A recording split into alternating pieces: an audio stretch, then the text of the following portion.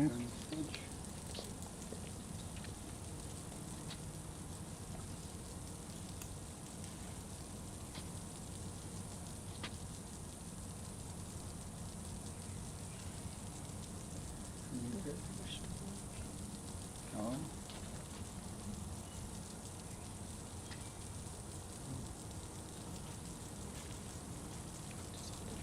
Okay, thank you.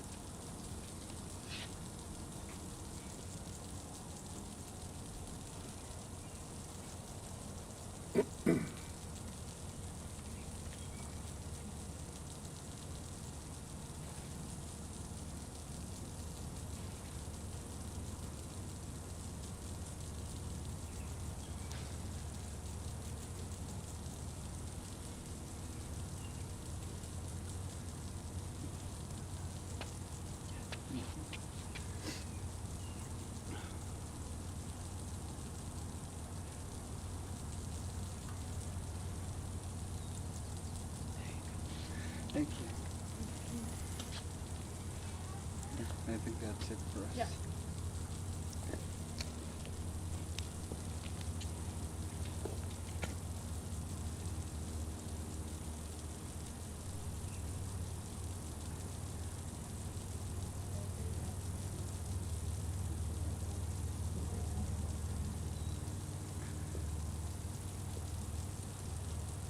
Wel kukpi kukstam kan ali ala sit.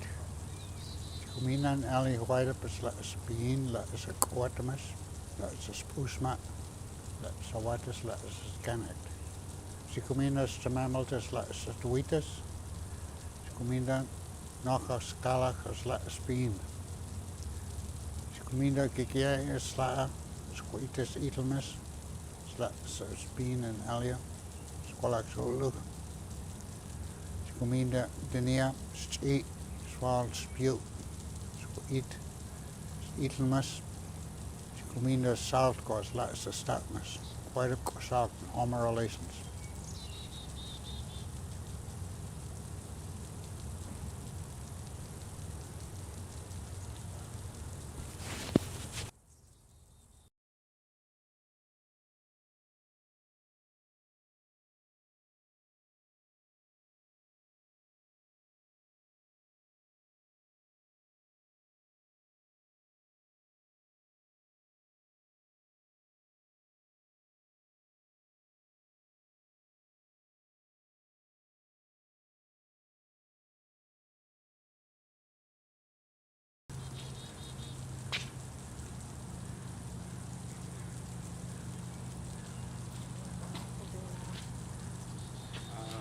How many songs you guys want? You guys almost come right over by the mic. How many songs? One song? As many as you would like. Oh.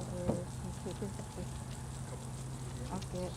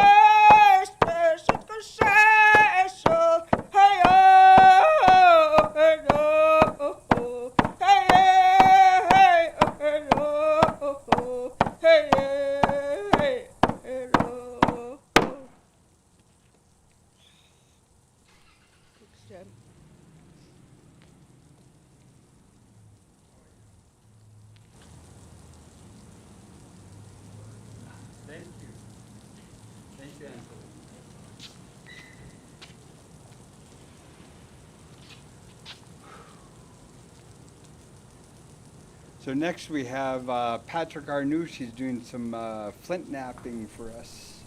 He'll be just at this table here to take him about a half an hour to get through down to one little small arrowhead. So it's a process, and he'll explain some of it while he's doing it. So I think we're good with that.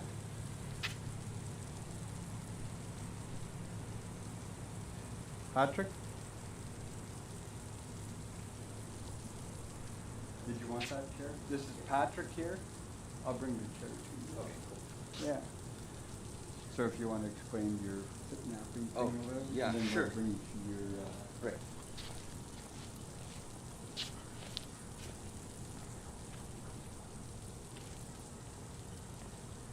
So, flint napping is the process of taking flakable stone and turning it into tools or arrowheads for use.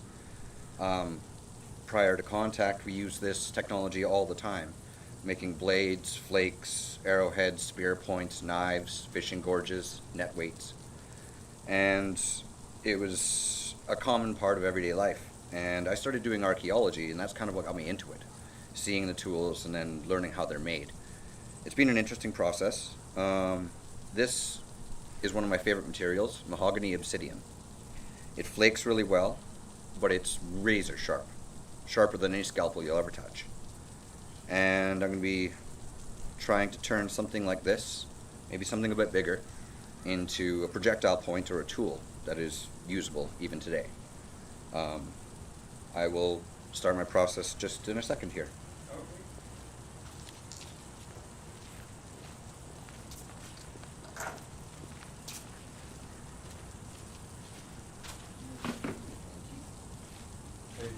Yeah, okay.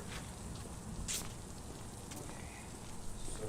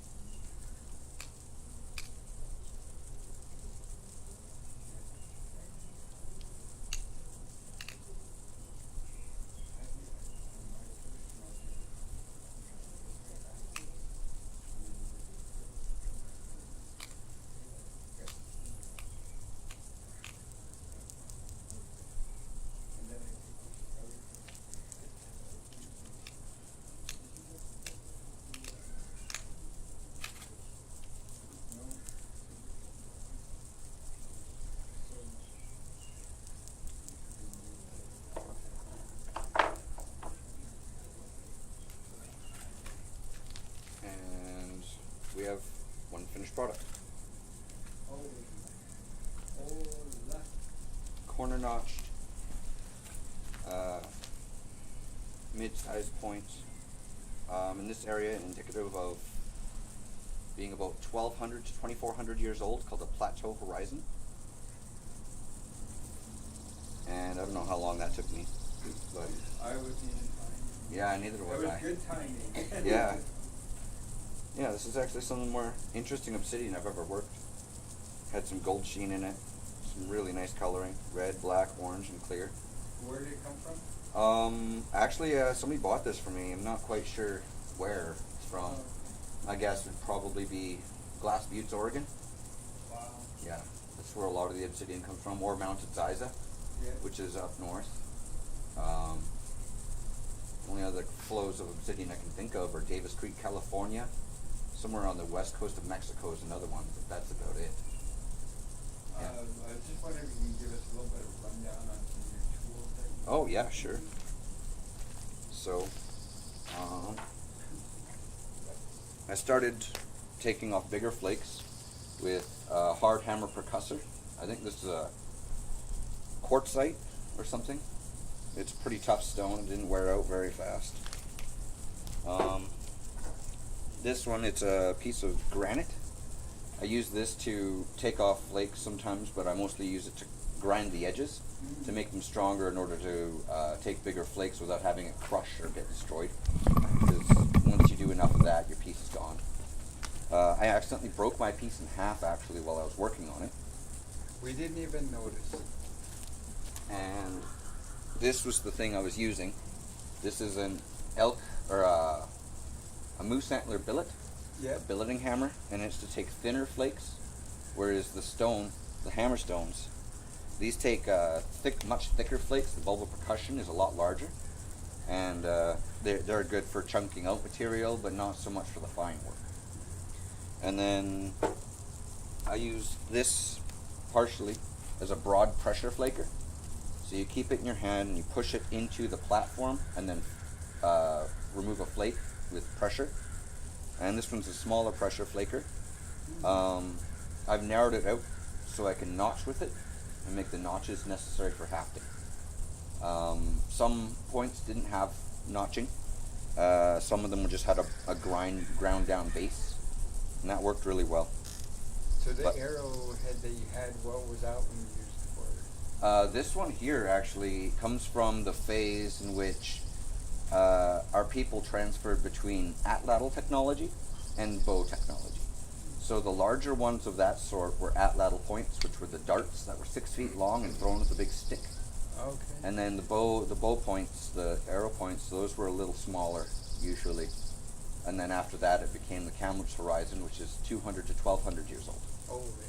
Yeah. So this one would be probably an atlatl dart point. It's pretty big, Yeah. pretty thick still. I didn't really get it as thin as I would have liked, but it'll work. And this right here is pretty much hunting sharp. Oh. You'd be able to go out and hunt with this. Yeah, I'll take it. For sure. Oh wow, that is gorgeous. And it's got two different colors in there too. This is the other half that's snapped off. Yeah. And that's just something And that you you have. would make another one too. Yep. Oh yeah, I can make another point out of this. And I could see the glass all over your hand. It looks like glass. Yeah, it's volcanic glass is what Oh. obsidian is. It's yeah, and these are some of the flakes that come off with the name there. Yeah. And these would be used as tools as well. Yeah. That edge right there is probably the sharpest thing you'll ever touch. Yeah. And you can see that some of it is see-through. Oh yeah. Yeah. And it's, this is called tri-flow obsidian, and I'm not exactly sure where it comes from. Is the triangle one in your tools too? Oh yes, this is actually another type of a brader. It's made from like a grinding wheel, like a man-made grinding wheel. So this is corundum, which is aluminum oxide. It works really well, but I decided I wanted to do all of my pieces with Natural. natural materials. Wow. I prefer to do it that way. It kind of shows how our people did it, and it teaches me how it was done and why why some of the points were thick and why some of the points were kind of uneven. Yeah. And mostly that was from retouch, actually. So what they would do is they would take the points, and once it was dull, they would touch the edge up again. Yeah. Yeah. So attach, you would use just sinew or? Sinew and pine pitch glue, which is 50% pine pitch, 25% charcoal, and 25% fiber material. Yeah. Yeah, so I'm not quite sure what things around here would use. Something like Indian hemp or cedar roots, or not roots, cedar bark, and or willow bark if it's ground down finely into smaller pieces. Wow. It helps hold everything together. And the pitch can't be dry pitch; it's got to be fairly wet still. Oh yeah. Yeah, if it's too Okay. dry, it'll just shatter by the time you make it to glue. Yeah. Wow. Mm-hmm. That is awesome work. It's one of my favorite materials. Yeah. Yeah, I like obsidian. There's other stuff like this. This is black quartzite or gray quartzite from golden, and it will work. It's just a little grainier, a little tougher. And this one you use for arrowhead too? Or? Yep. Okay. Use this for arrowheads, and this stuff is a lot tougher than obsidian is. Yeah. So things like scrapers and cutting tools and stuff would be this would be an excellent piece for it. Yeah. You can make points out of this too. You don't need to retouch them as often. So how many use would you use this? Just a one-time use? Or? You'd use it as long as you could, really, because Oh. that stuff it's good material. It's really dependent on what happens. Because if it hits a hard bone, it'll snap. Yeah. If it hits a rock upon passing through, it'll snap. Yeah. But if it goes right through and you're able to retrieve it, you can use this for as long as you want. And you can make this as sharp as you want to. Yeah. Yep. With the proper time and care, you can turn that into something razor sharp. Yeah. Holy. And this is the flake. This is where the flake came from. Yeah. It was a lot bigger, but it turned out to be that afterwards. But that's totally fine. You make what you can with what you got. Yeah. Really enjoyed this material. I'm gonna see where my friend got it from. Yeah. That's awesome. Thank you. No problem. I'm sure a lot of people like to look at that. And that's Yeah, sure. I'll pass it around and everything. Yeah. And as for that, I've actually completed my piece now. Yeah. Yeah. Right on. Who taught you? So Ed Jensen taught me how to pressure flake with slabs, but I ended up learning how to do all the billeting work from friends, YouTube, videos, all kinds of sources. And as we were learning about, basically self-taught. Yeah. Yeah, but doing my archaeology course taught me quite a bit about it, about how the rock fractures and what angle you need to use in order to get what you need. Yeah. Mostly I think that's where I learned all my stuff from. And all my tools, other than the hammer stones, those I found in the river. But the antlers, I made those all myself. Yeah. I made all the antler tools, cut them down from elk beams and moose antlers, deer tines. Deer tines are good for pressure flaking. Elk tines are good for pressure flaking, but moose is better for billeting. It's heavier and it has less of that pit in the middle. So it has a thicker kind of wall around it. It works for a lot longer.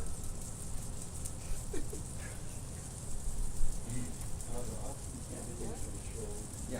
Anybody wants to take a look? Yeah.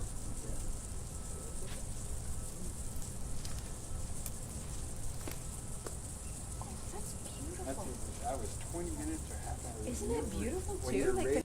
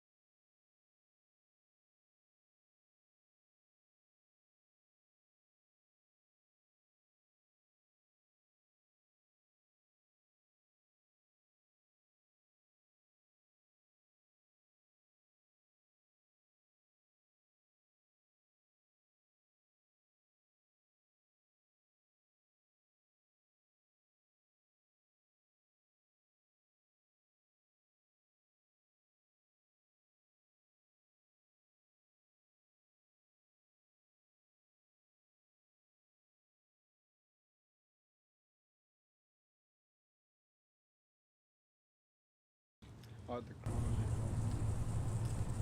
hello, this is John Jules. He'll be showing us a few dances or something like that.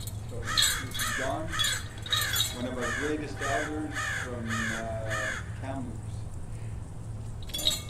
Wait, Chwaita, Chwailis and Kalmuch and Squast. My native name is Chwailis, from my grandfather, who lived to be 120 years old in Bonaparte Reservation. I was born in Skwlax Reservation, but I always say I come from Skwlax. Yes, I don't give up their territory, and that'll probably go on. It's about 10 years ago now, I was fortunate to one of my relatives in Kamloops, John Jules, who was dancing and drumming, and a year before he left, he said, hey, I was dancing with the grandchildren, and he said, cousin, he said, it looks really good. He said, we should gather up some feathers, put some feathers together, and you can start dancing. So he left to the other side, to the spirit world, and it took me a year to get ready to dance, and I was fortunate to start dancing here at Skwlax. I had a lot of giveaway, and Ernie Dan Phillips, Peter Joe Only,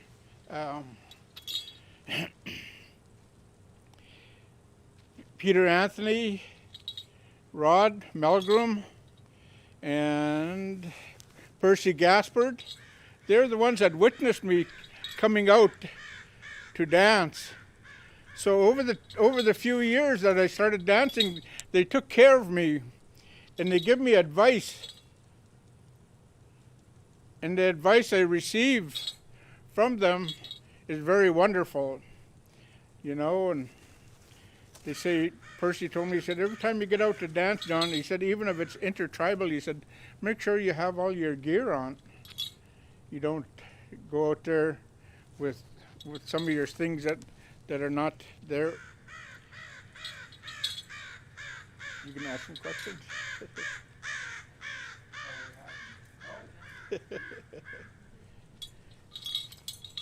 Yeah, I was just going to ask if you made like all your regalia yourself, and what do they mean, your staff?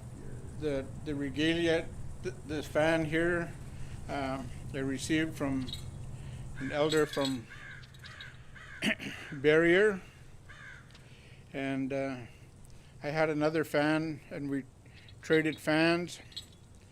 Sammy Saul. This one is done by Teddy Dick, who asked me to carry it on. The flint up on the top here is a flint that we carry for protection. And also when dancing, I'm also very well protected, look after myself. And this regalia here, I was dancing in Skwlax when about my third or fourth year of dancing at the powwow there, and one of my relatives came up to me and told me, he said, do you know our colors? And I said, no, I don't. He said, okay, our colors are blue, white, red, and yellow. So I had that thought, and then I got a person from Adams Lake to make the regalia. The lightning that I carry on the side is from my dad when I was very young.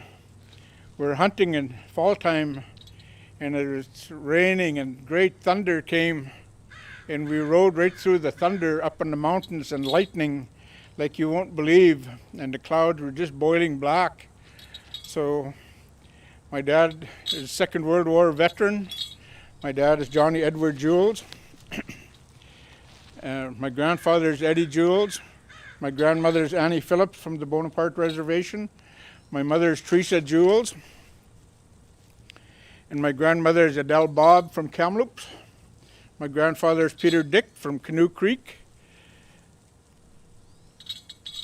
you know, it's a wonderful way to come back in and dance.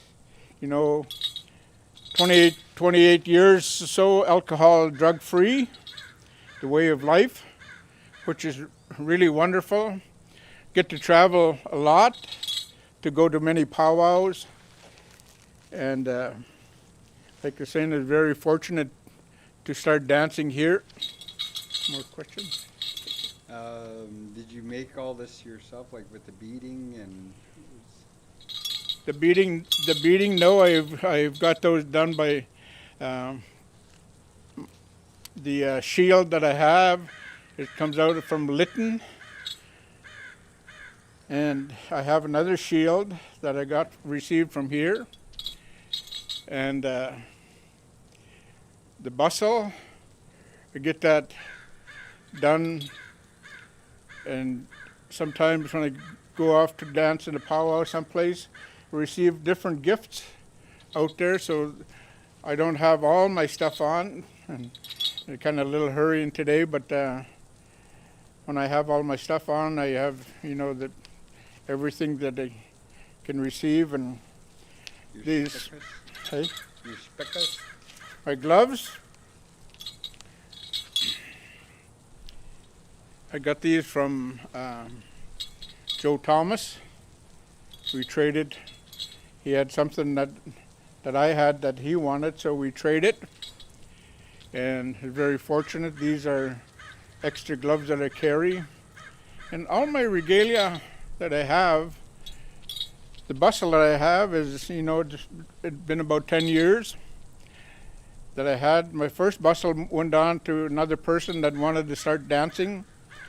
And this bustle, sometimes, you know, I say it'll go on to someone else. Maybe they want to dance, and sometimes if I show up at a powwow, you know, they say, "Oh, John, we'll honor you with a bustle if you show up." And I said, "Wow, that's very, very wonderful." And I have very good teachers, and you know, to help me in many things that you need help with. People are always watching, making sure that I don't make mistakes. You know, if I should fall, there's people there that will come and take the feathers from me. Tatlisa started up here from Adams Lake. He had a grandmother and four brothers. He went it's a long story, but he went all the way to Pavilion, where years and years ago the eagles were huge, and they'd come down and they'd pick up our people and fly them way up high and drop them, and then go down and pick them up and bring them up to the little ones for the little ones to feed on. So Tatlisa and his three brothers got there at Pavilion, and you could see on that mountain where our people's been dropped for many years, picked up by them huge eagles. A long time ago, the animals were here on this earth were huge, and some of them are turned into rock, and you can see them today. So when Tatlisa went up there, he had a very powerful stick, and he put when the eagles grabbed him and took him up, way up high and dropped him, he put red ochre in his mouth, so when he hit the ground, that red ochre went all over, and the eagles thought he was all smashed up, and they come down, picked him up, and took him to the little ones. And then he got in there, and he told the little ones, you don't say anything or do anything. And then when the mother got back, he grabbed onto her leg, and as the eagle was flying down towards the lake, he was stabbing the eagle. The eagle hit the ground, and his feathers landed all over the place, and some of his feathers. So Tatlisa says, from henceforth, you will no longer destroy our people. We'll use your eagle feathers in ceremonies. So that's how we got the right to use these. Yes, that's one story. That's good. Were you doing the dance for us or anything, or just Yeah. showing us your regalia? I'll be doing 2 dances, and I guess whenever you're ready, I'll put the first one on.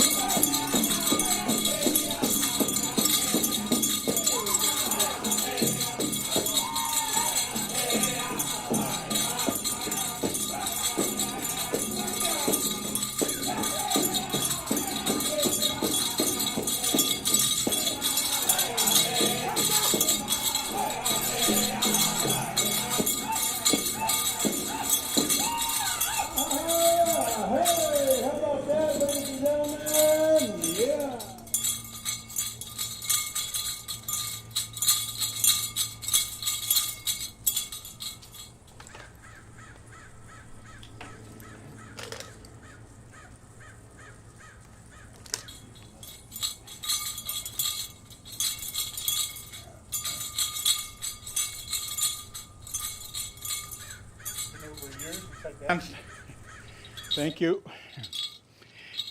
Cook's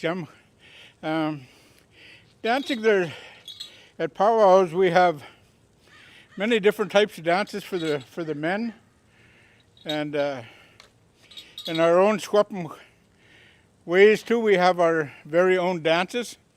We have the horse dance, goes along with the Pinto Pony song.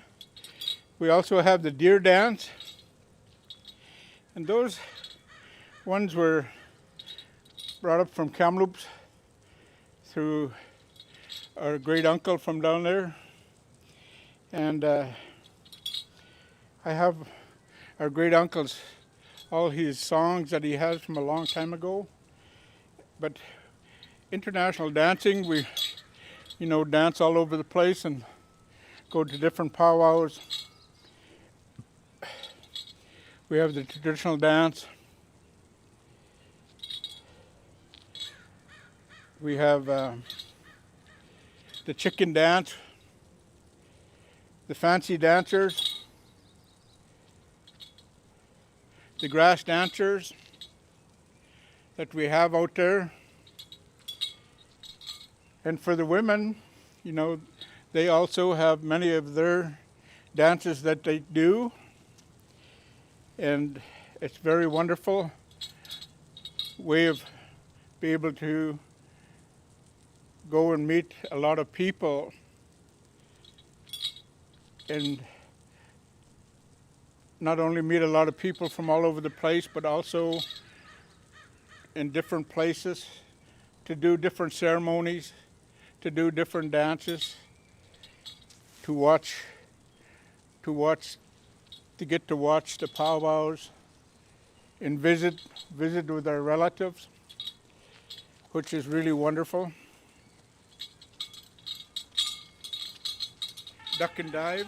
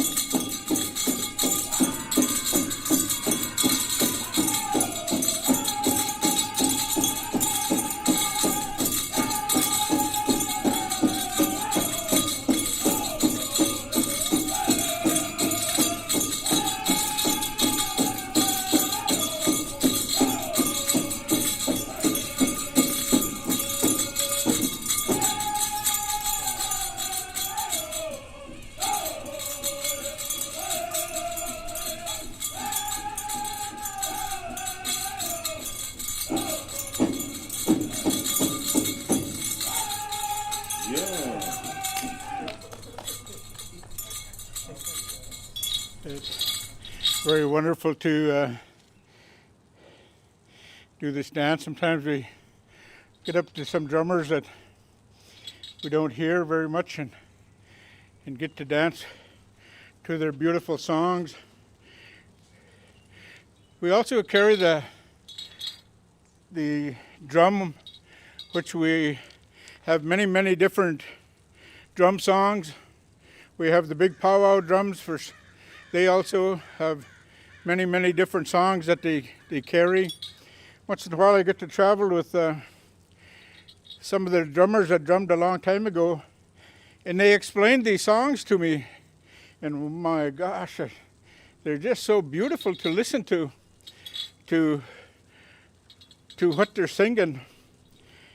And as Skwlax people, we also have our own songs. I have one from my grandfather, which is who I'm named after, and Skwlax, stick game song, and also carry our grandfather's healing song, and it's very wonderful. I was wondering a long time ago when I was waking up, I was wondering why I was singing these songs, but it's a healing song that the grandfather was passing down. Ho ho, Cooksham.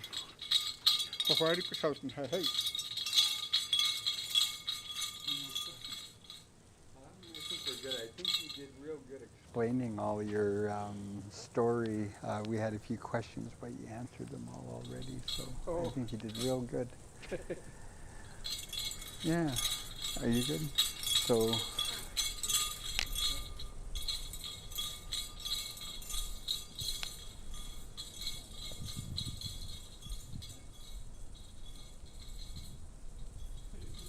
Are we still live?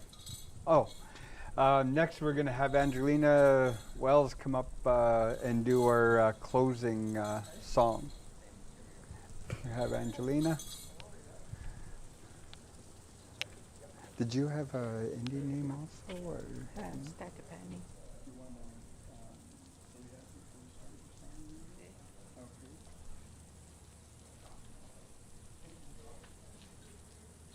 My given name was Angelina Wells.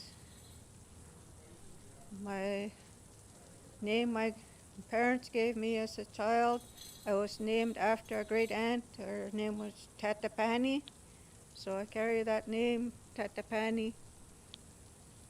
And I learned my songs from my parents and many of the other elders, and helped to bring the songs back, because now many people has picked up their drums.